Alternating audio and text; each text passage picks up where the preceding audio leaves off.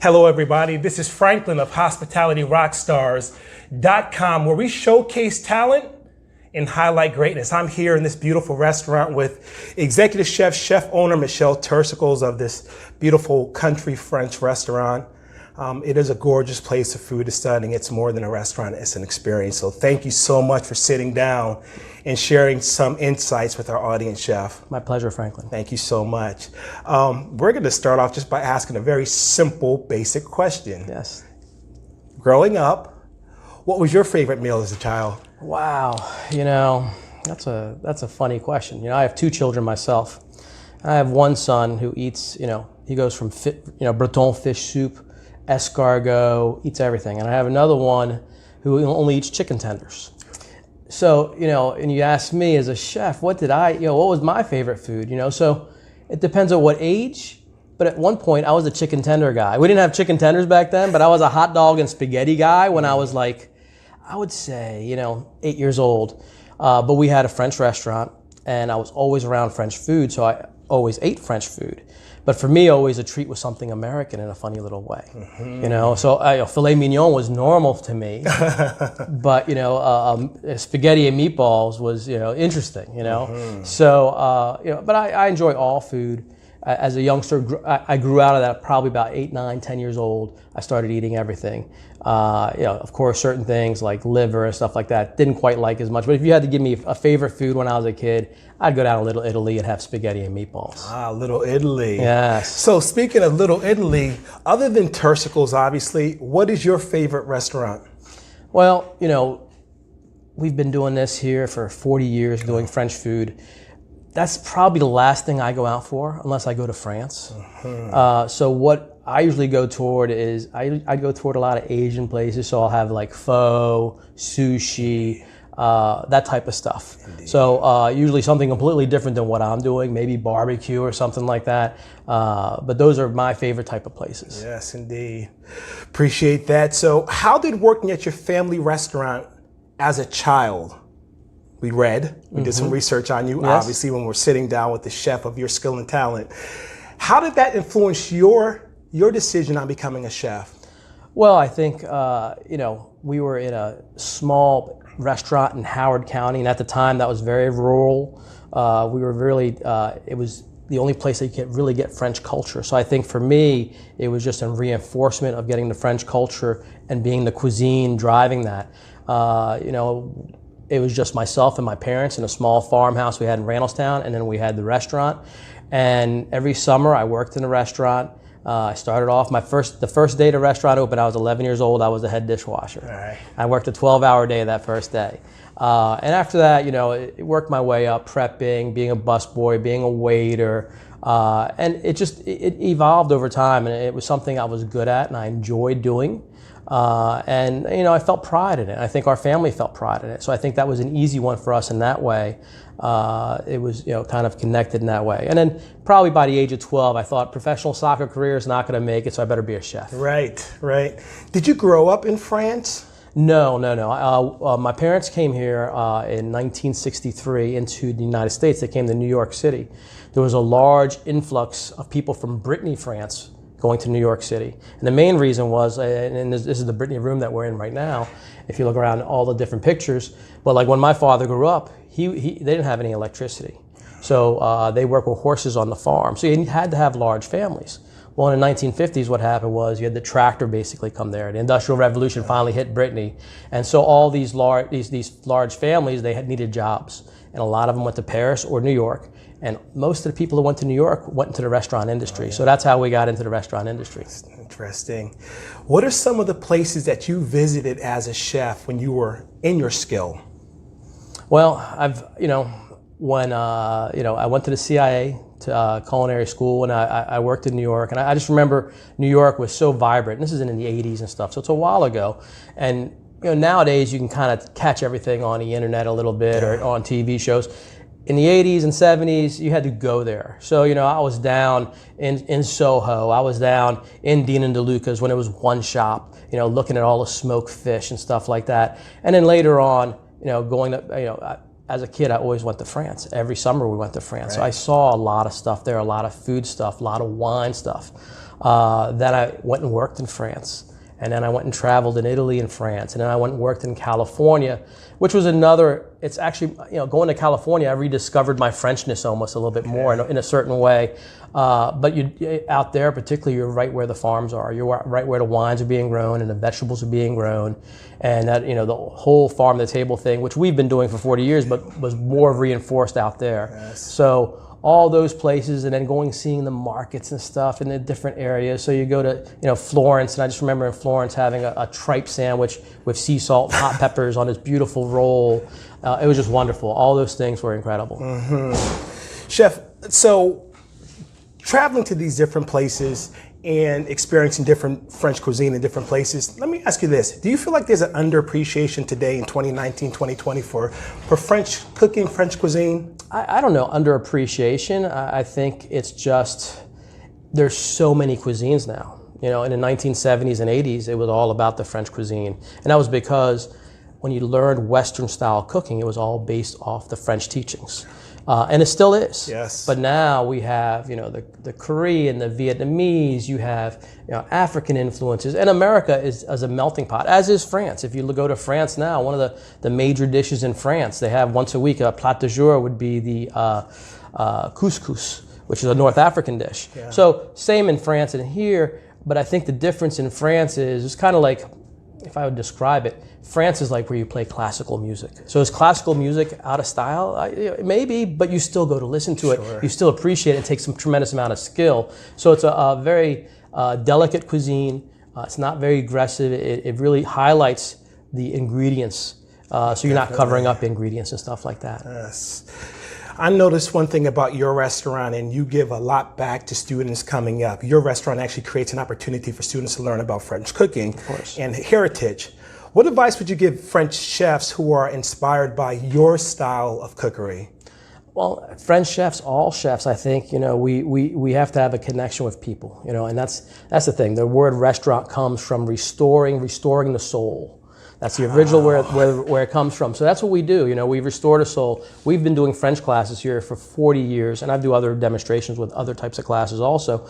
But more importantly for us, we're getting that first connection with the child and the family. Yeah. When they're 12, 13, 14 years old, and they're going to remember us because of that. And and a lot of times when you talk about French cuisine, you're thinking fancy, and we do some fancy stuff, but from the basis, we're a family restaurant in the end. Definitely.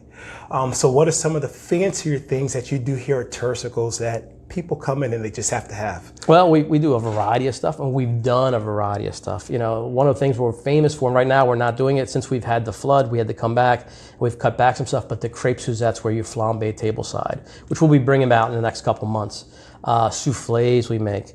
The classical bouillabaisse, the soupe de poisson, the escargot, which are, you don't find in other places right now. So, and we do all those things. I like to say we cook with the soul of a Frenchman for American people. Yeah. So if you went to France, and I've had French chefs come here and they're friends of mine, they go, you're doing the food that, we used to do and we can't do anymore.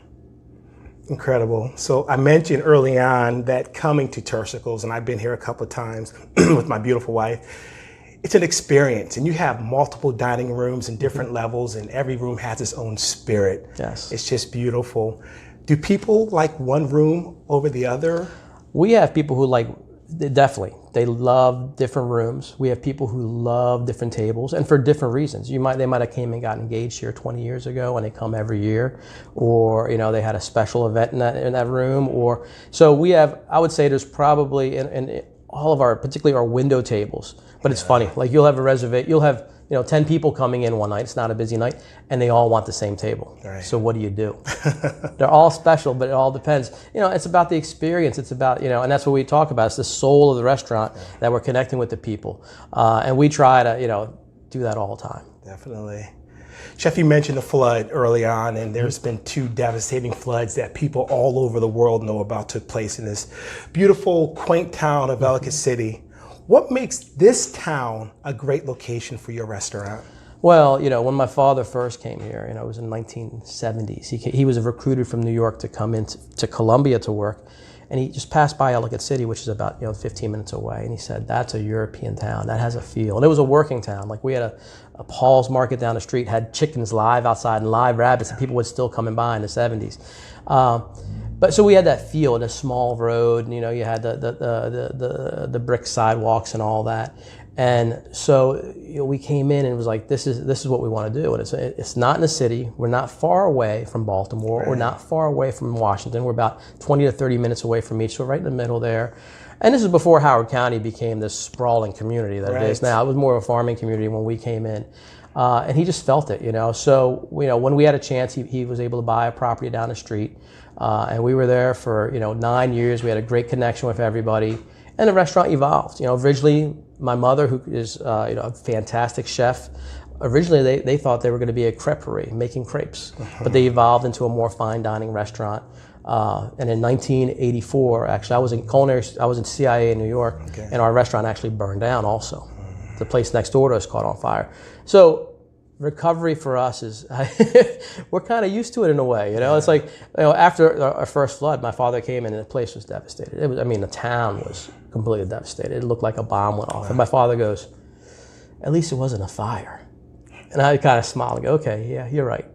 Yeah. So it's just a matter of, putting the big boy pants and getting back to it. And, I think, it's getting flooded a second time, 2 years later. It's very frustrating for us and frustrating for the whole town because we'd like to do what we're doing, not recover from floods or fires. So, now we've recovered from it. Now it's the tough part, and this is what I've talked to other restaurant owners, and we knew this after the second flood. It's like, it's not recovering from the flood. That's a lot of hard work. It's 6 months to a year later when your energy level dips a little bit. And that's when you got to just kind of, reinvent yourself a little bit, push yourself. And that's what you need to do, simple. How are you keeping your staff here motivated after the second flood? It's really weird. Like after the first flood, we lost a lot of people. And it was very difficult. The second flood, I had a lot of people come back, and I had more people that worked for me previous years that came back to help us out. So it was interesting in that way. And when you have a restaurant, a lot of times, and you've been in restaurants, when you first open a new restaurant, usually when you hire your staff, 80% of that first staff is going to be gone within a year. And so you're always going to get 20% of everything. So for the first couple of years, you're always building up. You go 20, 40, 60, until you get to that 80%, and then you always have a turnover. So, I didn't really think about that. I've opened restaurants before, so after the first flood, that was very difficult. But after the second flood, like I said, we had a lot of people who came back, who were former employees who worked for us before, who left because of the first flood and came back and really helped us out tremendously. And that's been very helpful. Yeah.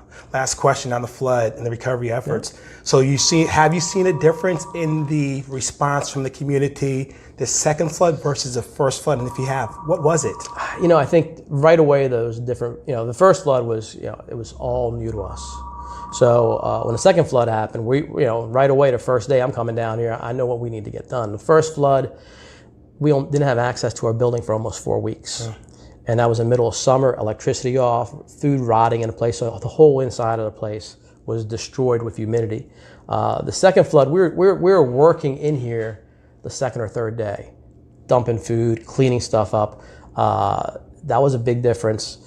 But again, the second flood came on a political year also, which made it very difficult for the local government because they were in the middle of election and the flood was right in the middle of everything. So that changed the vibe also because no one really wanted to, of course they all helped, but they didn't want to help. It was a different type of help, if you understand what I'm saying. So, and we're still seeing it now. So now we have a recovery going on, and we're still trying to decide how to recover from the flood. So the county right now is rolling out a plan, and they're taking their time to make sure it's the right plan. And I think we're moving forward, and that's what's good for us. We're at the top of the hill, so we don't have as many issues at the bottom of the hill. But we still, each time, it's $250,000 in damages for us each time.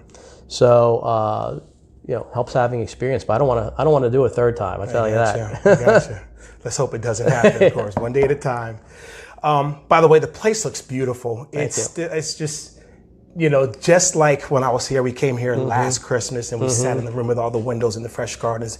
You did a great job putting it back together, Chef. The community thanks you so much. And it was a lot of help from the community also that helped us. That was one of the things that was just, it was hard to take stuff from people. Yeah.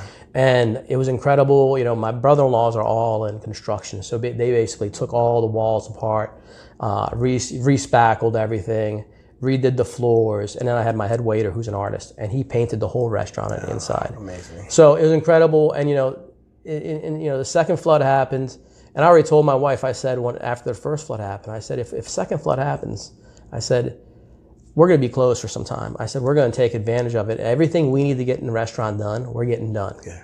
So I'm not saying that again because I don't want it to happen again. Yes. I'm knocking on wood. That's right. But we painted the whole outside of the building. We've redid the kitchen floor. We redid all our roofs and everything, and all our air conditioning. So we've reinvested in ourselves, and that shows, you know, our commitment to Ellicott City and to our restaurant. Definitely. Congratulations on that. Thank you. Listen, so I want to give you an opportunity to brag on yourself a little bit. I'm not good at it, but we'll try. Well, just give it a shot. You know, you had several accolades in the press, media, written press, internet. What are some of the accolades or accomplishments that you, Chef, take pride in? I don't know. Yeah, that's a good one. You know what? For me, it's just the simple stuff. You know, I had one of my cooks, one of my ex-cooks who's opened up a business, and he came in the other day, and just hearing his stories with his new restaurant business and how well that's going, that's what I take pride in, is the people I work with, the food I cook, but you know, the final product in both those areas. So when the people come and they express their, you know, how much they learned here, but are continuing to learn, and I learn from them when they come in. And same with the food. Is sometimes it's just making a simple omelet that's beautiful, yeah, or peeling an asparagus. That's where I take the satisfaction. And yeah, do I like 4-star reviews? Of course. Do I like, you know, getting, you know, awards? Of course, we enjoy that. But for us, it's about putting the food on the table. Yeah, food on the table and people. Yes. Important stuff. Yeah. Definitely, Chef. How do you rise to the challenge of needing to constantly innovate? Well, some of it, you know, we have to do to ourselves so it doesn't become stale. You know, so I always try to do something, which, you know, like right now I'm really getting into, you know, reading this one book on fermentation and stuff, and that's just another tool for my toolbox to use with the rest of my stuff. But it's all about, and my father always said, if you go like this, you're going to get in life and in your business, people are going to pass you. So you always got to aim upwards and do different things. Mm-hmm. So I think from an early age I learned that. So my parents started a restaurant. It was supposed to be a certain type of restaurant, and they changed it as it went. And it's the same thing here. We've done the same thing, and then certain things affect you. So, you know, once, you know, when the economy hit in 2008, yeah, you know, we're a fancy style restaurant. You know, we're you know, but what we, you know, at one point I said, you know what, I was inspired by this place we went to Italy, where we went in the back door of the restaurant, and it was like $10. They gave us a bottle of wine, and it was a busboy in a T-shirt who served us this most magnificent polenta. I can't remember what the entree, because the polenta was so good, and the dessert. So it was 3 courses for $10 and a bottle of wine. He had a little T-shirt on, and we were on a bench. So this is where the family meal was taking place. And every now and then you'd see the door open, and you'd see a chandelier first you see the kitchen, and then the other door would open, you see the chandelier and the waiters in the tuxedos. I said, that's like our restaurant. So when the economy hit, I said, you know what, just to help us out and help people out, we'll do what we call a family night. And we do that once every few months, where we'll put it out on Facebook and stuff, or Twitter and stuff like that. And then it's for a small amount. We started off at $25 a head, where it was a bottle of wine, and I did 3 courses. And I had the customers actually come in the kitchen as the waiters. And they were like, we called them captains. And they would pick up the food, and they'd sit family style amongst themselves. And it was a great way of, just because of the economy, it changed. That changes some stuff. Everything changes. So like the floods, they've affected us both times, how we do stuff. We don't have the same storage. We don't have the same equipment. So we've adapted each time because of it, just for those reasons. But you have to adapt to the season also. What's coming in? Is it cold? Is it hot? You know, all that. It works into the equation. Yeah. Sitting in this room, the Brittany room, right? Yes. Sitting in this space and the white tablecloths and just the atmosphere. I think a lot of the audience would like to know, you know, is there a dress code at Tersiguel's? I say as long as you have some shorts or you have some place to put your wallet, we're always happy. No thongs, that's what I say. Right. So we call casual comfort, but if I know somebody, I'll make a joke like that. But we have people who come in tuxedos, and we have other people come in flip-flop and shorts, everything in between. Yeah. I remember one story. I was here, and there was a man, and the salads got served, and then the cracked black pepper came around, and the wait staff said, "Just tell me when," and she just started turning that thing, and he didn't say when. This guy must have loved pepper. I'm like, gosh, this guy is just gonna let it go. Maybe 45 seconds. Oh yeah. I'll never forget that. And the wait staff, they did not say, "Are you done yet?" They were just sitting there doing their part. So kudos to those that work in this industry. Okay, so when you're kicking back at home, when you're chilling and you get hungry, what's one of the favorite things that you like to cook?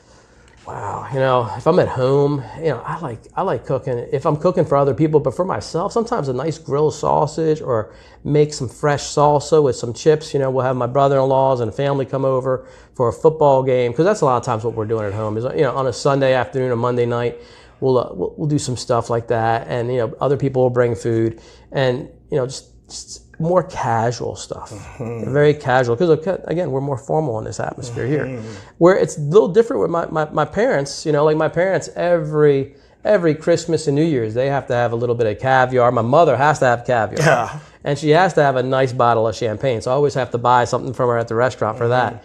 But for me, it's more laid back. Definitely for sure, but more casual food. And in the summer, the barbecues, and again, I just love making my salsa and having chips, and that's the way to go for me. Love it too. Chef, you have something on this table over here. Can you see this, everybody?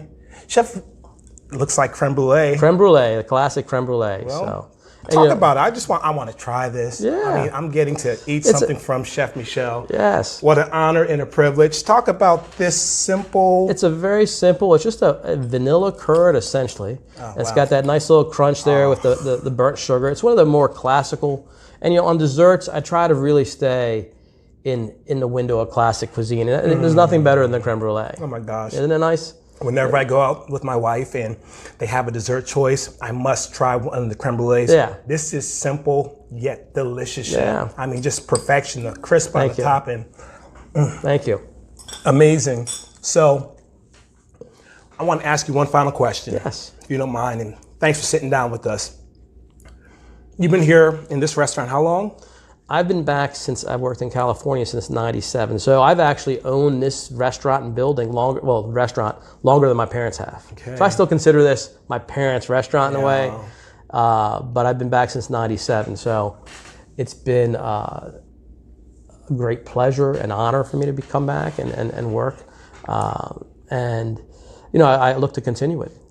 What is one thing that you want people to know about Michel Tersiguel? That's a one thing. One thing. That's a hard one. I didn't think about that. One thing. I'm a chef, and I'm a father. So I guess I don't know if that's those are the two proudest things that I am, and a husband. So those are the three things. Definitely, Chef. Thank you so much. Folks, thanks for tuning in to this episode of HospitalityRockstars.com from the beautiful, quaint town of Ellicott City, Maryland. We're on Main Street with this great chef. Please come out if you've never experienced fine dining, and there's one in your area, whatever state you're in. If there's a French restaurant, check them out. But please just honor the chefs wherever you go. It's an art, it's a craft. So Hospitality Rockstars, we showcase talent, we highlight greatness. Chef, thank you so much. Pleasure, Franklin. Listen, have a great week, and just keep on cooking. Thank you. Fantastic. All right, good.